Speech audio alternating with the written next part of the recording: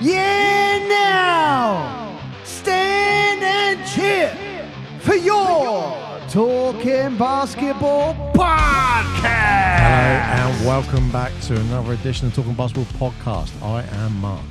I am Paul. Hello. And I got the echo right that time. You did. Third time's a charm. I did. I was surprised I could get up there. I've been struggling recently. Wow, that happens with age, mate. Yeah. So thank you for listening. If you haven't listened to us for a little while, why not? We've got enough episodes out there. It's nothing to do with the fact we haven't done an episode for a couple of weeks now, But we are in a new studio, and we've got a signed Larry Bird picture on the wall. I'm not entirely comfortable with that, but that is amazing. I mean, Larry is a legend. You've got to give him to that, but still, it's Larry. Yeah, but look, Mark, we got to talk about it. We're a little late. We're a little late with this, but We are. we've been asked to talk about it by many, many people. GB at home to Lithuania. I mean, we might as well just talk about the last 10 seconds. If you don't know what happened, Go watch that. arguably one of the greatest basketball moments of all time. Yep. And look, I'm English and I'm saying that. Yeah, it was pretty bad. But Mark Stootle and the GB guys, they pretty much did everything right. It just fell apart in the last 10 seconds of the game. Would you say that is going to haunt them? I think, look, it's just one of those things. You got to talk about Miles Hessen as well. 22 points. 18 points. 8 rebounds, 5 assists, 2 blocks, 4 steals, Mark. They did everything right. If you take it as an encouraging look at where GB are as a basketball team, that was an encouraging performance. No question of that. No, they played the game to perfection. They played their game to perfection. Right, look. If you don't know what I'm talking about here, I'm going to play this to you. You can hear it. So, there are in this game, there is GB up. Hang on, let me get this going.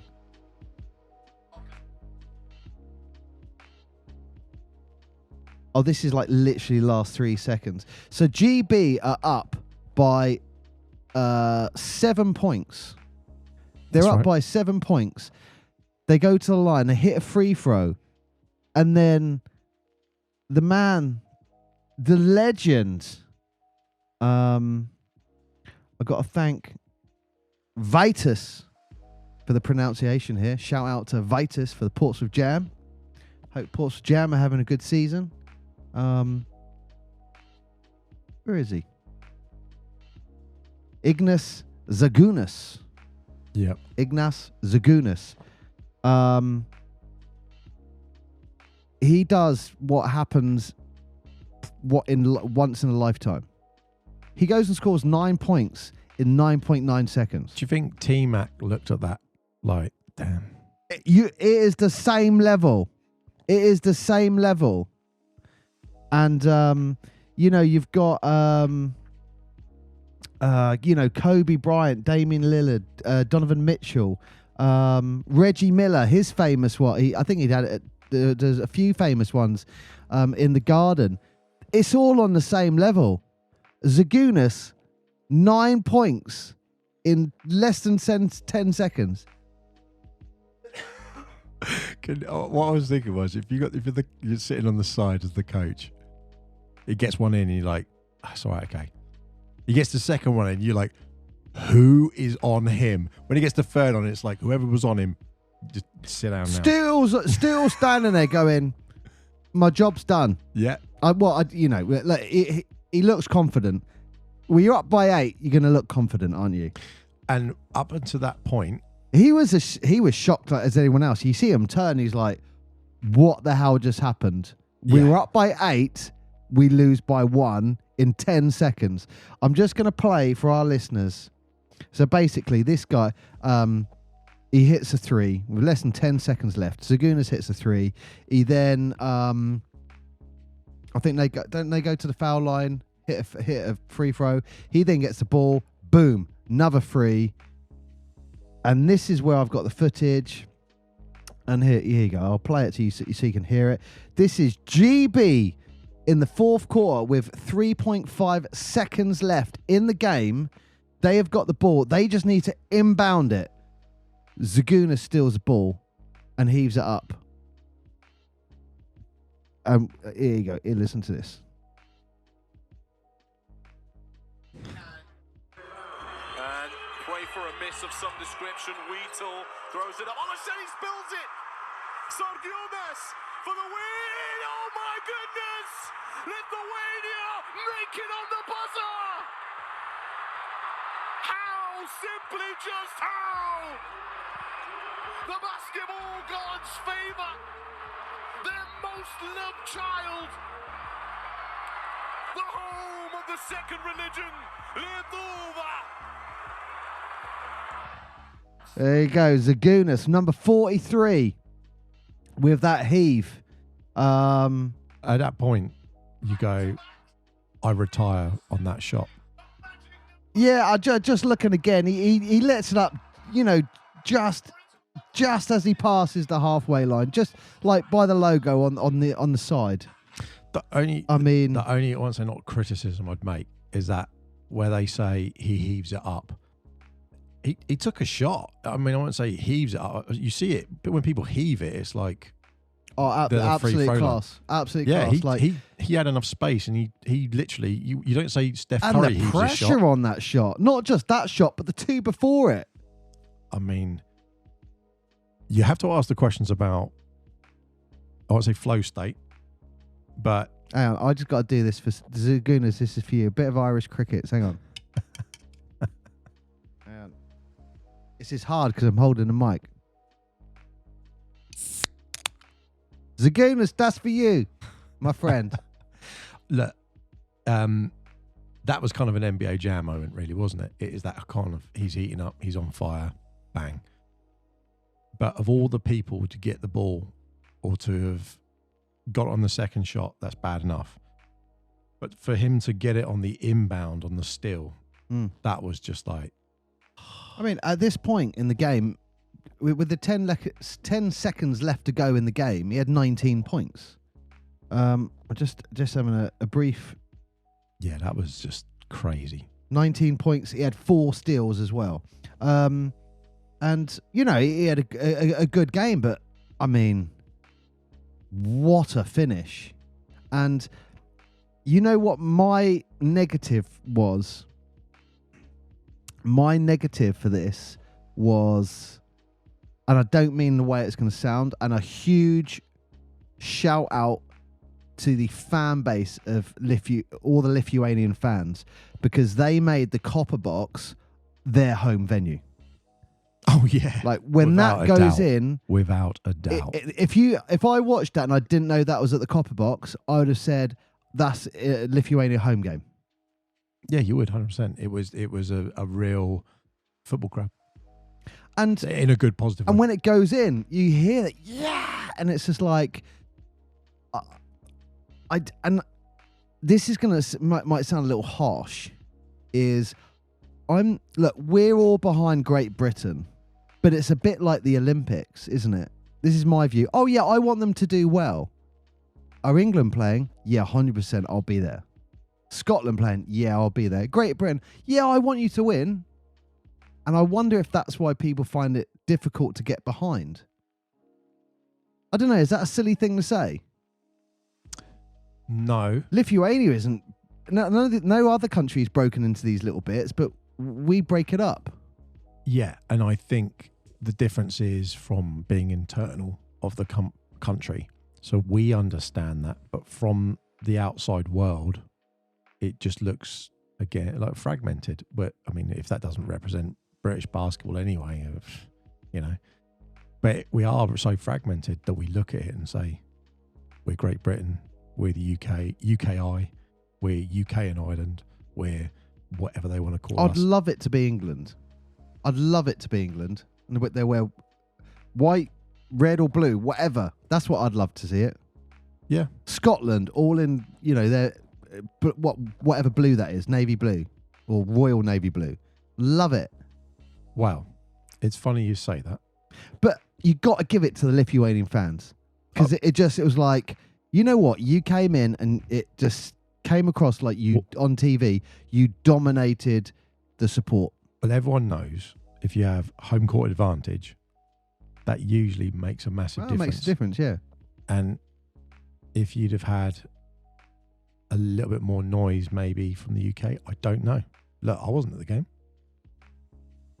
So I wasn't. And maybe that's part of it, is that we don't travel as much to games. I don't know if that's the thing or whatever. So where we've talked about it before, where they hold these games when they have them at the Copper Box. It's a bit of a pain if you're not in London to get to it. Yeah. If you or they hold it in Manchester and you go. It was like, it's a bit of a pain I said to you, I really want to get a Great Britain jersey. I'd like to get a Great Britain jersey and support the lads. But that just felt a bit difficult to get a Great Britain jersey. If it was an England jersey, 100% I'd get it. Even a Scottish jersey. I'm part Scottish, I'd get a Scottish jersey. I think that'd be great. But I don't know. That popped in my mind as I was watching the game. I just thought, I wonder if this is why people, a bit like the Olympics, we want them to do well, but it's not that we need to be there and create that. I don't know. Is that a silly thought? No, I think it's legit. I think UK sport, ultimately, that's how it all governs.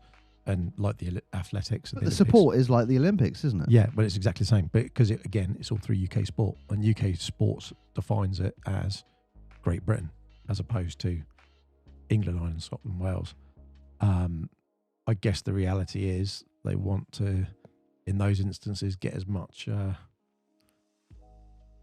the best people that they can. If you don't want someone who is running for, say, Northern Ireland to run. You want them to be running for England, and someone who running from Scotland who you want that all under one roof. I think it's better being GB. I personally think it's better being GB because it shows we're all united as one individual rather than being individual and fragmented.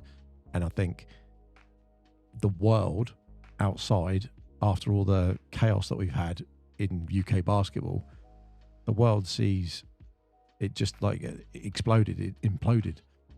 We've got basketball Wales, we've got basketball Scotland, we've got basketball England. But like, I mean, and basketball Ireland. You go like, why have we got all of these bodies? But when I've been in the States, you know exactly what I'm talking about. People say, the Americans like, oh, where are you from? And out of habit, I just say, oh, I'm from the UK or the United Kingdom. But I was with a Scottish guy once, and he went, oh, are you from the UK? He goes, no, I'm from Scotland. Yeah, weird bastard. Like, the Scottish guy, they're not like, yeah, I'm from the UK. No, I'm Scotland. Like, we're our own identity here. And it was only when he said it like that, I went, I've always just kind of gone with it with the American thing on, yeah, I'm from the UK. I don't. I say England. I've always said the UK because you say, England? Oh, right. I don't know. It's a thing. They always say the UK over there. Yeah, I don't know. I think when, in the same way as some places, if you go to certain places in Spain, for example, they're like, oh, are you from Spain? They'll be like, oh, yeah, I'm from Madrid, or I'm from Barcelona, or I'm from Vitoria, or something like that. And they will say, they won't say, yes, I'm from Spain. They will say, I am from, and it's that province because it's a relate. I think they do that in some other countries as well. So that in a way makes sense if you'd say, I'm from Scotland. No, I'm from Wales, I'm from Ireland, I'm from I just don't know if that's a silly thing to think about. Do you know? Is that a silly thought? But if that was England playing, would there be a better home crowd? Maybe because you're thinking in football terms. That's probably why. Because in football terms, people go watch the England game, or they go watch the Welsh game, or they go watch the Scottish game. You would only have GB in the Olympics. Yeah. If that. Yeah. So for football. Yeah. So but you got to hand it to the Lithuanian support that turned up to the Copper Box. Literally, just watch any part of the game and you see Lithuanian green, yellow, all over the place. Well, I think huge shout out to them. I think it was Josh on the commentary, and you could hear it just saying, like, Lithuania, it's the sport. You know, people all around the world who listen, some of these countries, you might think, Lithuania, where's that? And you go, well, actually, it's up from Estonia, up above Ukraine, and near Russia and those places, and near Finland, all those areas. And people sort of forget where those countries are geographically. And if you went to a lot of the Americans who think the world ends at the Atlantic and Pacific, they've no clue. Yeah. And you go, these countries, a lot of the European countries, basketball is like, it's the second sport. It's gigantic. And some of them, it's almost the first sport, because they may or may not have access to, because it's so cold, they might have to play a lot of indoor sports because it's, outdoor sports are pretty prohibited. So suddenly you go, where's the knock-on effect of that? Well, why are they talking about an NBA Europe? Why is it that all of the MVPs for the last 10 years have been European? Like, it's not a secret. And it's a massive appetite over here for basketball. Lithuania in particular, I think they've got such a positive stereotype, or passionate in the right way as far as basketball is concerned, because anytime I hear, there's a Lithuanian player, or there's a Lithuanian team you're going to be playing, or there's Lithuanian players, you think straight away, are they going to be good? Straight away. Or like, same thing, American players, are they going to be good? Lithuanian, are they going to be a good team if it's a Lithuanian team? And that just comes with that reputation that they carry around with them. Do you think in that respect, if we'd have, hindsight, if they'd have got a block on one of those, or just not given the ball up, or don't forget, we actually inbound or whatever, it was a sloppy inbound. I don't want to press at on the halfway line. I don't want to press on it too much, but that was the game. It was just a mistake. I mean, and they happen. It was a mistake, and I can't remember who it is. The big guy didn't catch it. Bam, Sargiunas, he's off.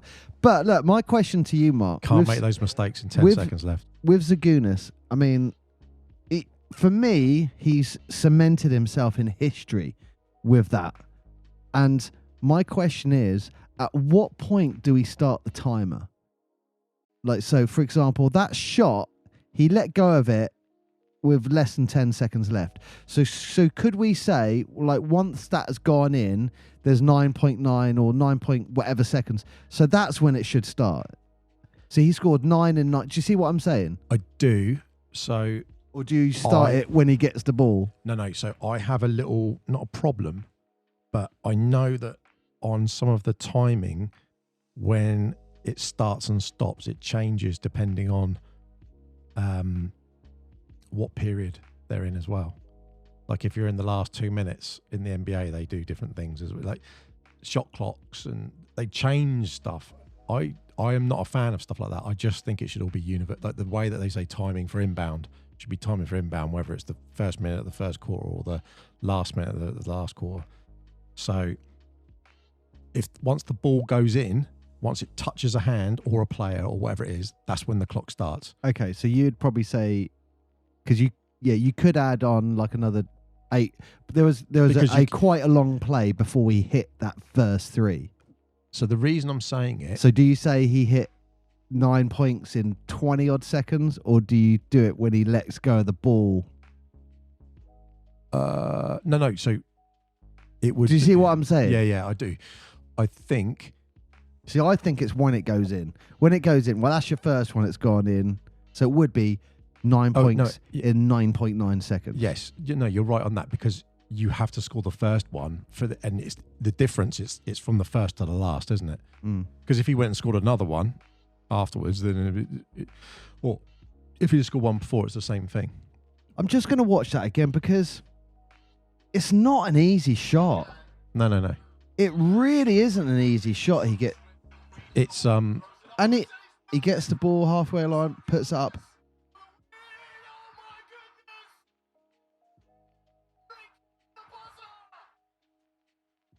I would say 80% of the people in there are Lithuanian fans.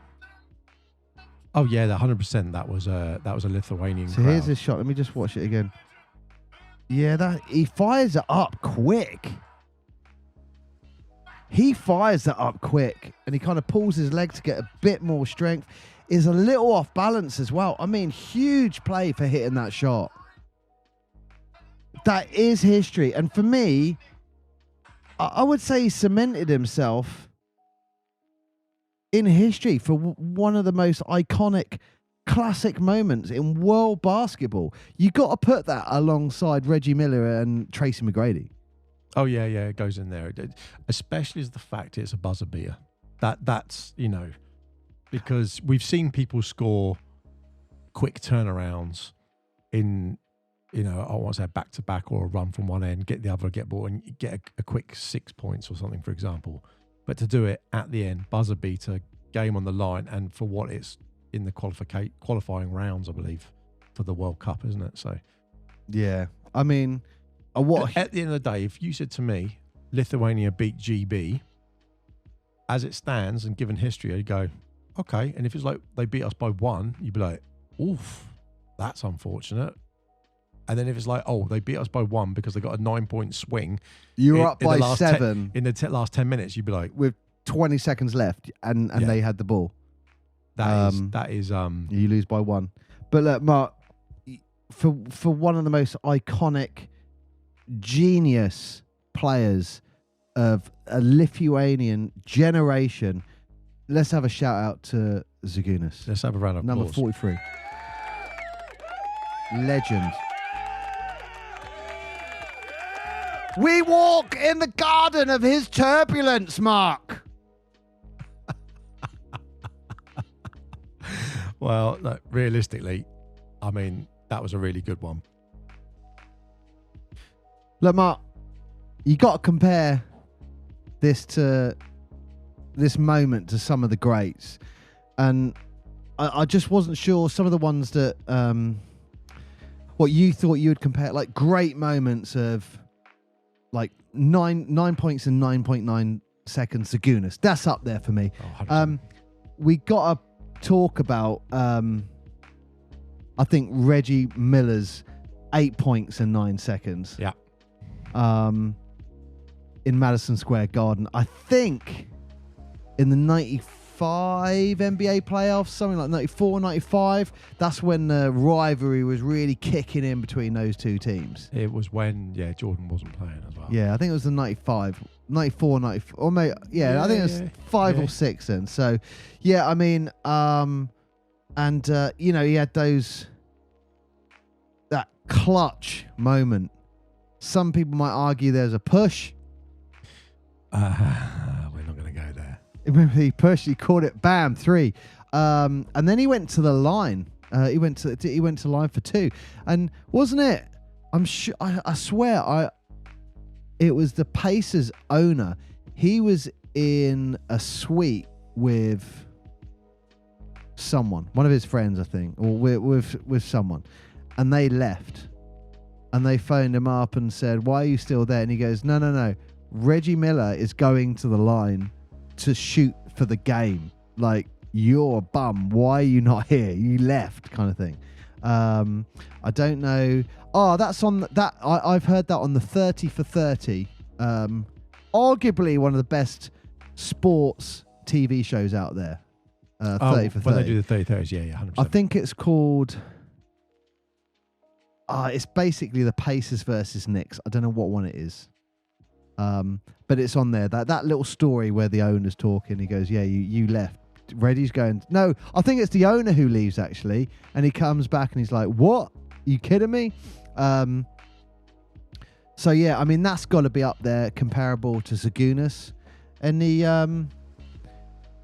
others that spring to mind for you? I'd say Dirk, isn't it? Is Dirk up there? Didn't he do one? Nowitzki? Yeah.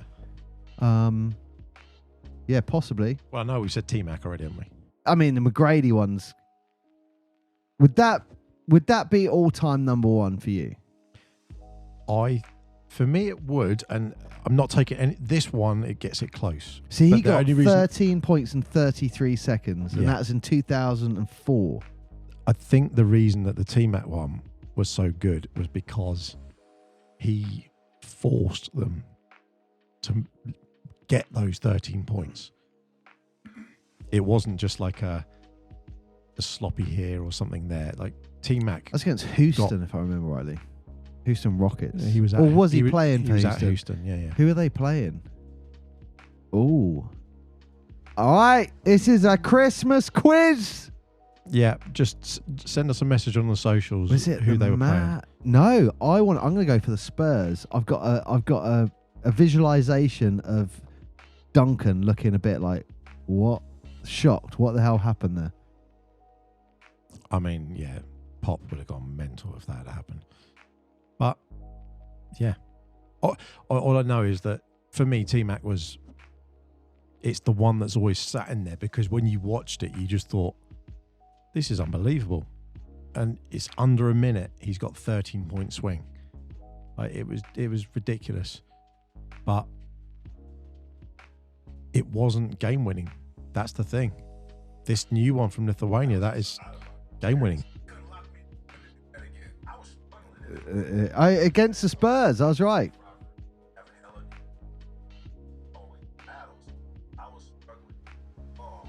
Anyway, we're listening to something in the background, but what was it? I like the fact that the first thing he says is, you could have locked me in a gym and I wouldn't have been able to do that again. Like, it's 100% flow state in that moment. It's these magic, iconic moments. Yeah. It's not. It's like Jordan's shot in '98. That's against Utah. That never going to happen again. So I don't want to make this a giant debate, but here's just a thought. Oh, whoever said Spurs, by the way, well done. You won the Talking Basketball Podcast Christmas quiz. Oh my God. But you can run all the plays you want. You can have a strategy. You can go for that. But when you see moments like this, does it give you a good argument for, I want to say, free ball in basketball? But if you're like, get him the ball, or that person needs the ball because they're just, whatever's going on today, they are feeling it. They're in that moment. Is there an argument for that? Because if you've got a strategy and you're like, say they had still another 12 seconds left on the clock, what would they be doing? Just imagine that for now. So now they've not only tied the game, they're now a point up. Mm. Imagine there's another 10 seconds left on that game after he's hit that button. What would you be doing now? Would you be going pressing as hard as you can defense? I'd be looking at Mark Stootle and saying, Mark, what do I do? You tell me. No, for the offense, for Lithuania, what would they do now? Oh, I don't know. Like, genuinely, because if you suddenly go, we were down 8 and now we're suddenly up by 1, what the hell do you do with 10 seconds left? Because you'd be like, we can't full court press and give away free throws, but you have to do something. You got to stop shots. You can't give something. And then do you do a quick foul early if they're in team fouls? And like, this is just my view on it. The reason these moments are so amazing, it highlights what is beautiful about and romantic about the game of basketball, where you can be up by 10, whatever it is, and with 30 seconds left, you still lose the game. And you have that moment where you remember that for the rest of your life, whether you're in the game or you're watching it as a spectator. That, for me, Sargiunas, when I was watching that, I was like, holy sugar plum fairies. That is one of those moments. Well, you said it when you watched Kobe. You were like, I mean, he's all right. And then you looked at the score and went, what? No, I thought, oh, he's all right. He's okay. It was the Clippers versus the Lakers. This would have been in late 2009. Yeah, about to say no, late. So January 2010 is when I went to LA, and I remember the first 3 quarters. I mean, he's okay. I was really impressed by the big man, number 17, who was wasn't Pau Gasol, was it? No, Bynum, the big man, number 70. But I think I can't remember, but he really impressed me. But I remember thinking, wow, Kobe, he's okay. And then I looked up and went, oh, he's got like 24 points in 3 quarters. Oh, man, maybe I'm being a bit harsh. He ended the game with 48 points. Yeah, that's what I mean. Like, it was almost like he was like, okay, I'm now playing. And in the fourth quarter, I was like, He did that a lot. I was there on my honeymoon, actually, and I turned around to my wife and was like, have we just literally watched the greatest player of all time? Arguably one of them, yeah. It was like, it was you walking away like, can't believe I just watched that. Oh, and they killed the Clippers from what I remember. But Mark, look. That's not a shock. You mean, you brought up Kobe, 9 points in less than a minute. He's got multiple games where he did that. You could almost certainly put Steph Curry in that. Yeah, Steph will have easily have stuffed like category. 6 points in really quick succession. Here you go, 10 points plus in under a minute, multiple games. Look, for the LeBron lovers out there, look, LeBron's done it. We know he did it. He got 8 straight points in the final minute as well. I think the big ones, though, have got to be Reggie Miller in the Garden. You got to say Tracy McGrady. Damian Lillard, 8 points in 20 seconds. He's done that in multiple games, especially the threes he's done under pressure to get into overtime. Yeah, those ones. Okay, yeah. I'm not saying putting asterisks on them because he's still getting the points.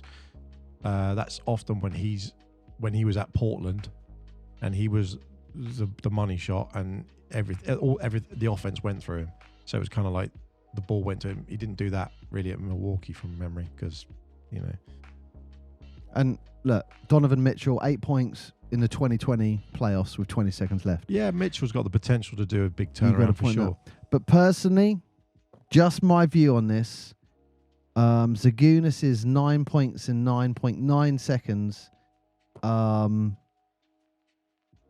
It's just the pressure of the game, it being a World Cup European qualifier for 2027.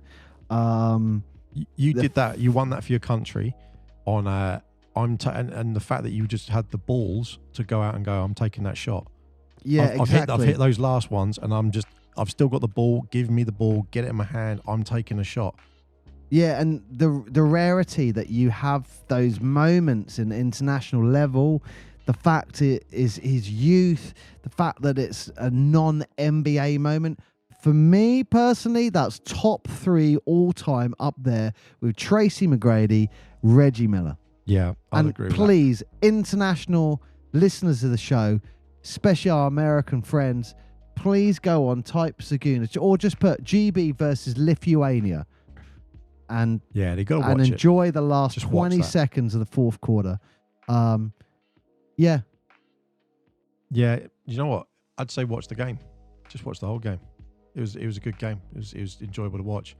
There was nothing super exciting about it, but it was just a solid game of basketball. And then that last bit was like, I don't know what I've just watched here again.